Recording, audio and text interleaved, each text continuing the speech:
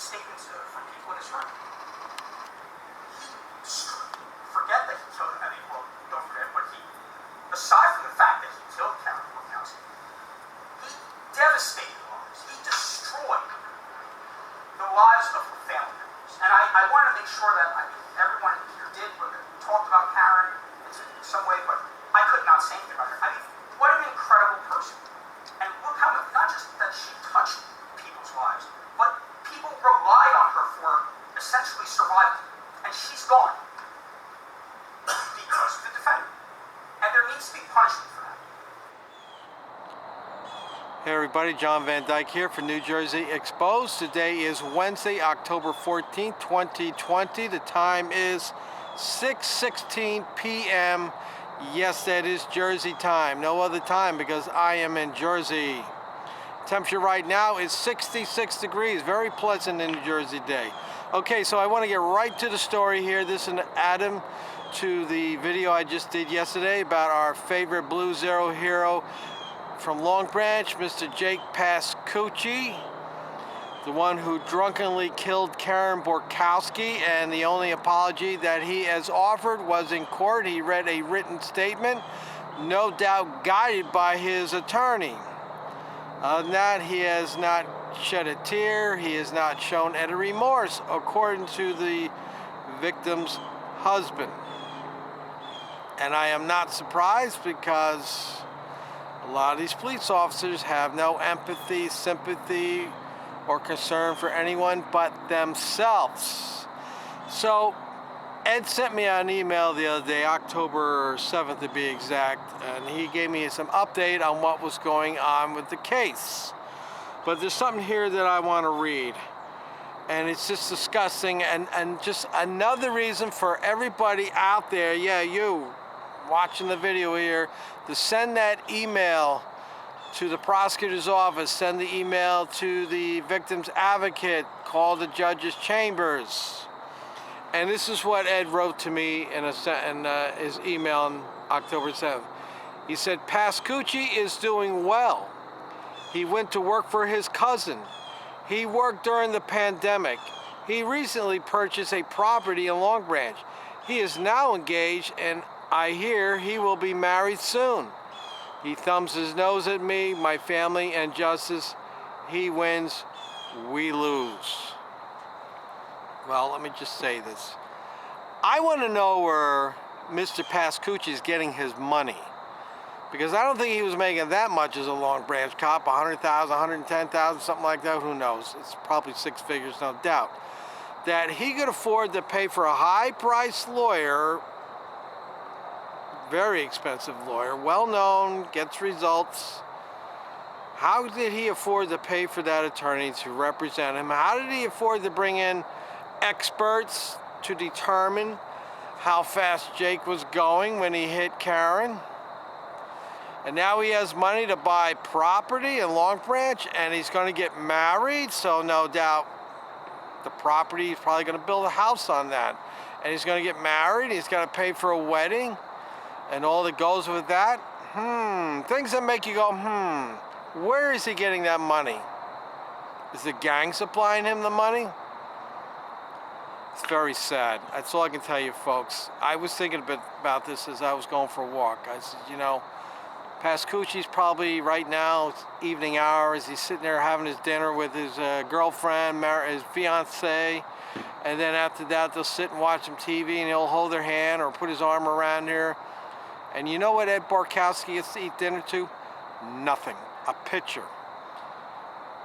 The only thing Ed's got now to put his arm around while he watches TV is a picture. Mr. Pascucci, his life's just starting.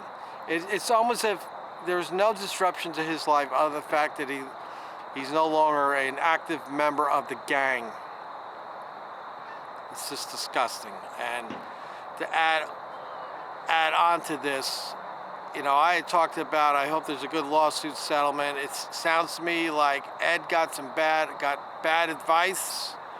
He took a settlement offer from the insurance company of $70,000, and the lawyer's taking his fee of 30%. What's that leave Ed with? $50,000? $50,000 for your wife's life? This poor guy, people. I don't know. I wish I had been able to gotten a hold of him when it all went down. Maybe we could have got him in a different direction with a different attorney, and I definitely would never have settled with the insurance company for $70,000. That's for damn sure. I know somebody that was T-boned in an accident, and he got over $200,000 for his back injury. So, I don't know. Poor Ed here is not having very good luck. He's in poor health. We don't know how much longer Ed will be here. I hope he'll be here for a lot longer, but you know, as what he said to me in the email, he's not doing very well right now. His eyesight's going, his ability to get around, he's got a tracheotomy, that's a word I can't say. Tracheotometry, blah, blah, he's got a thing in his throat to help him breathe. The poor guy, you know, this is not how you're supposed to come. The twilight of your life, it's not supposed to be like this, you know. His wife was there to take care of, now the wife is not. But Mr. Pascucci, if he gets sick or not well, he's got a girlfriend to take care of him, right? Life's good for Mr. Pascucci. It's just disgusting.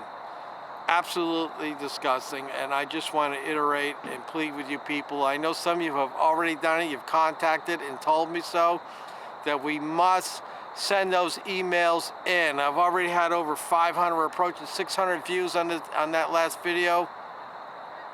So there should be 600 emails going out. We've got to help this guy. It goes beyond just Ed himself. These Blue Zero heroes, they're out there doing their damage, and then they're never held to the same level that you and I are.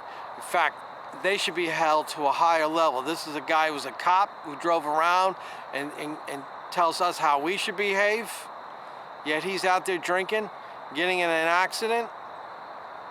He needs to be held accountable, and we need to let the system know, the judge know, that we're not taking it anymore. You know, these judges, they got to put their money where their mouth is, because you hear all the time, well, we're not going to tolerate it anymore. Well, you know what? Send the bastard to jail. Simple as that. Because I no doubt in my mind, when he goes to court on Monday, his lawyer will ask for 0 time in jail, blaming it all on Karen, saying that Karen stepped in the road. But I want to say this about that. Go back and look at my original video that I did on this story. I'll put the link in the description. And go look at the intersection. I did a full view of that intersection, and you tell me whether it's blind and you can't see somebody out there. I know for a fact it's well lit over there. I lived in that area at one time. And you're going to see in the video, you go look at it, you'll see it right away. As soon as I start the video, I'm right there on scene. You'll see that he had a great view of it. So this is BS. They're blaming it all on her, and he has no responsibility in the whole thing, even though he was drinking. And he was impaired. And it's sad because he didn't go for a blood alcohol test till some hours later, but they can still calculate how much alcohol was in his system, because average person will dissipate that alcohol at a certain level per hour. So they can, if he blew a .085 and that was 5 hours later, and you're dissipating at X amount of rate, they can figure out approximate how much alcohol. But regardless, I suspect that there was more than just alcohol in play there. I believe he was looking at his phone. Just a thought. I don't know this for sure. So anyway, Mr. Pascucci has bought a piece of property in Long Branch. He's engaged to get married. I hear he's going to get married soon. He's working for his cousin. If anybody knows who his cousin is and what the business is, it'd be nice to know. Maybe we could give that company a little exposure for hiring that drunken killer. Yeah, he's a killer. He killed Karen. And that poor man, Ed, you know, the sun is setting on him, and he's not in good health, and he needed his wife there by his side to help him, and she's not there, and You know, it's sad that he's gonna, you know, the curtain's coming down on his life. And his life at the end here is going to be very sad. It really is sad. And it's despicable about this Pascucci guy. It's just despicable just to read one letter in court, and you know the lawyer orchestrated that whole damn thing. He couldn't just come out and say it freestyle. He had to read it from a piece of paper. He just come out and just say from the heart, hey, look, man, this is just bad luck for all of us. I'm sorry. I wish I could bring your wife back. I can't. And there's no words that I could offer you to make you feel better and make this wrong or right. But he's not going to do it. He's not going to do it because he's a narcissist and it's all about him. No empathy, narcissist. And that's what a bad cop is made of. They don't feel the pain of other people. All right, folks, I'll end the video with this. Please, if you haven't already, send that email out. It needs to get out like by tomorrow. These emails, these letters, they have to get over to the judge. This is going to happen on Monday morning, no doubt. And this judge needs to know that we are watching and we are strong. We are stronger than that gang. We outnumber that gang. We're not going to let this crap happen because it could happen to you. It could happen to any one of us going down the road. You know, one of these drunken blue zero hero jerks rams your car. So get those emails out there. Do it. You absolutely have to do it. All right. On behalf of Ed Barkowski, I want to thank everybody who has sent those emails and those who will be sending the emails. We can't bring Karen back, but we can make sure justice is served. This is John Van Dyke for New Jersey Exposed.